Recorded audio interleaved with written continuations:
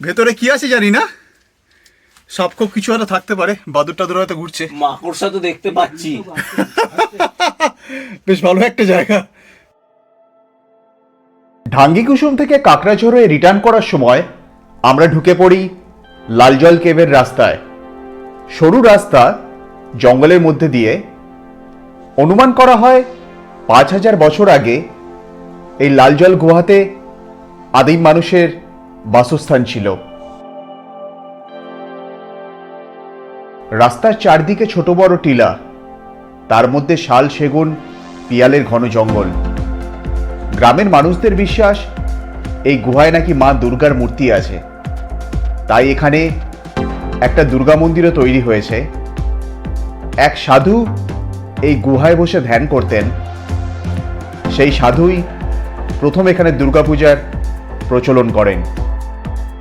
পাথরের লাঙল, নীলগায়ের হাড়ের জীবাশ্ম, তামার কুঠার এবং আরও বিভিন্ন জিনিসের নিদর্শন এখানে পাওয়া যায়।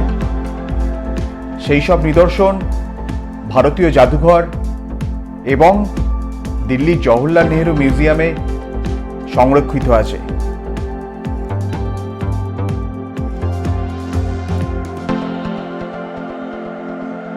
জঙ্গলের মধ্যে দিয়ে পুরো রাস্তাটাই খুব সুন্দর। মেন রাস্তা থেকে প্রায় 5-6 কিলোমিটার ভেতরে যেতে হবে।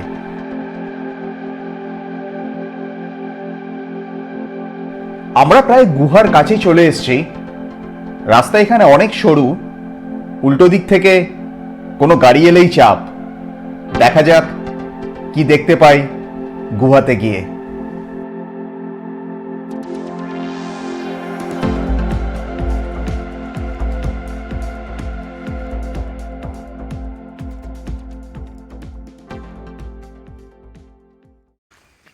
আমরা এখন যাচ্ছি লালজলের গুহাতে, লালজল কেভ।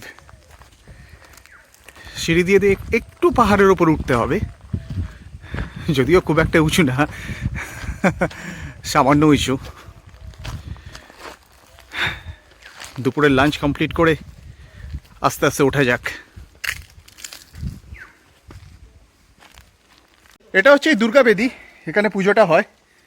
আর এই রাস্তা ধরেই ওপরে যেতে হয়, ওপরে যেতে হয়। দুর্দান্ত জায়গা।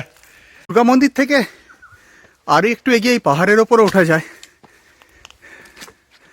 যথেষ্ট খাড়া, একটু স্ট্যামিনা দরকার আছে। খুব উঁচু না হলেও হাঁটুতে প্রবলেম থাকলে ওঠা যাবে না।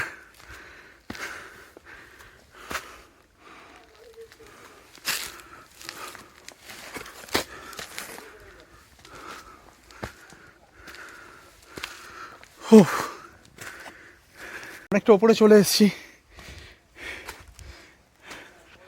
খুব সুন্দর লাগছে জায়গাটা এখান থেকে। আর একটু ওপরে ওঠা যাক। আমি এখন দাঁড়িয়ে আছি লালজল কেভের ওপরে। একটু ওপরে উঠতে হয়েছে, খাড়া সিঁড়ি ছিল। সিঁড়ি বলা ভুল, পাথর ছিল। আর এই হচ্ছে ভিউ। আমি পুরো ভিউটা দেখাচ্ছি, একবার দেখে নিতে পারেন।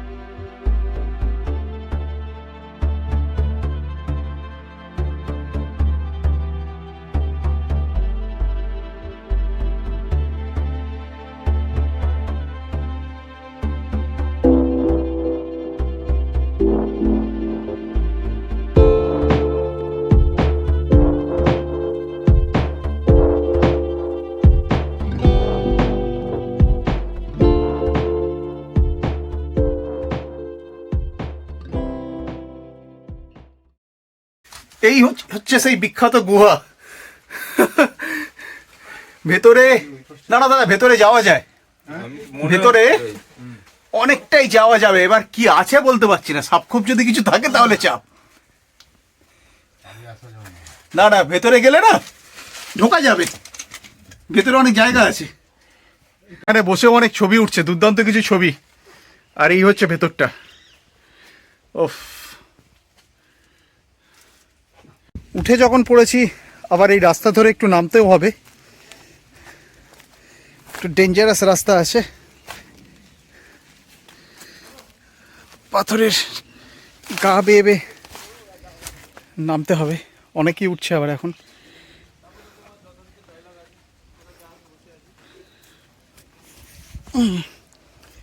যাক, ভিডিও আর করা যাবে না, দেখে দেখে নামতে হবে। একটা দুর্দান্ত জায়গা থেকে নামছি, লাল জল কেভ। একটু হয়তো কষ্ট করে উপরে উঠতে হবে, কিন্তু বিশ্বাস করুন যদি কষ্ট করে ওঠেন একটুও পস্তাবেন না। ওয়েদার মেঘলা থাকায় ওপর থেকে পুরো ভিউ পাইনি, কিন্তু গুহাটা অসাধারণ। এখানে সমগ্র অঞ্চলে লোহা পাওয়া যেত, জলের রঙও ছিল লাল, তাই জায়গাটার নামও লাল জল।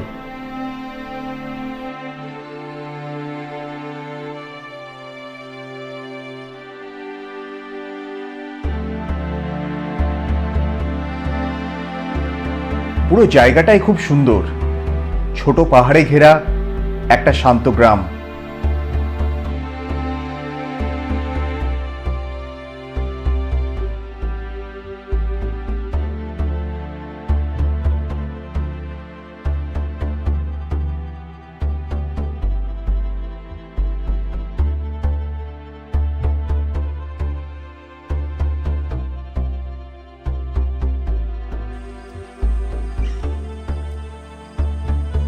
একটাই অসুবিধা চোখে পড়লো, এখানে কোনো খাবার দোকান এবং টয়লেটের কোনো ব্যবস্থা নেই।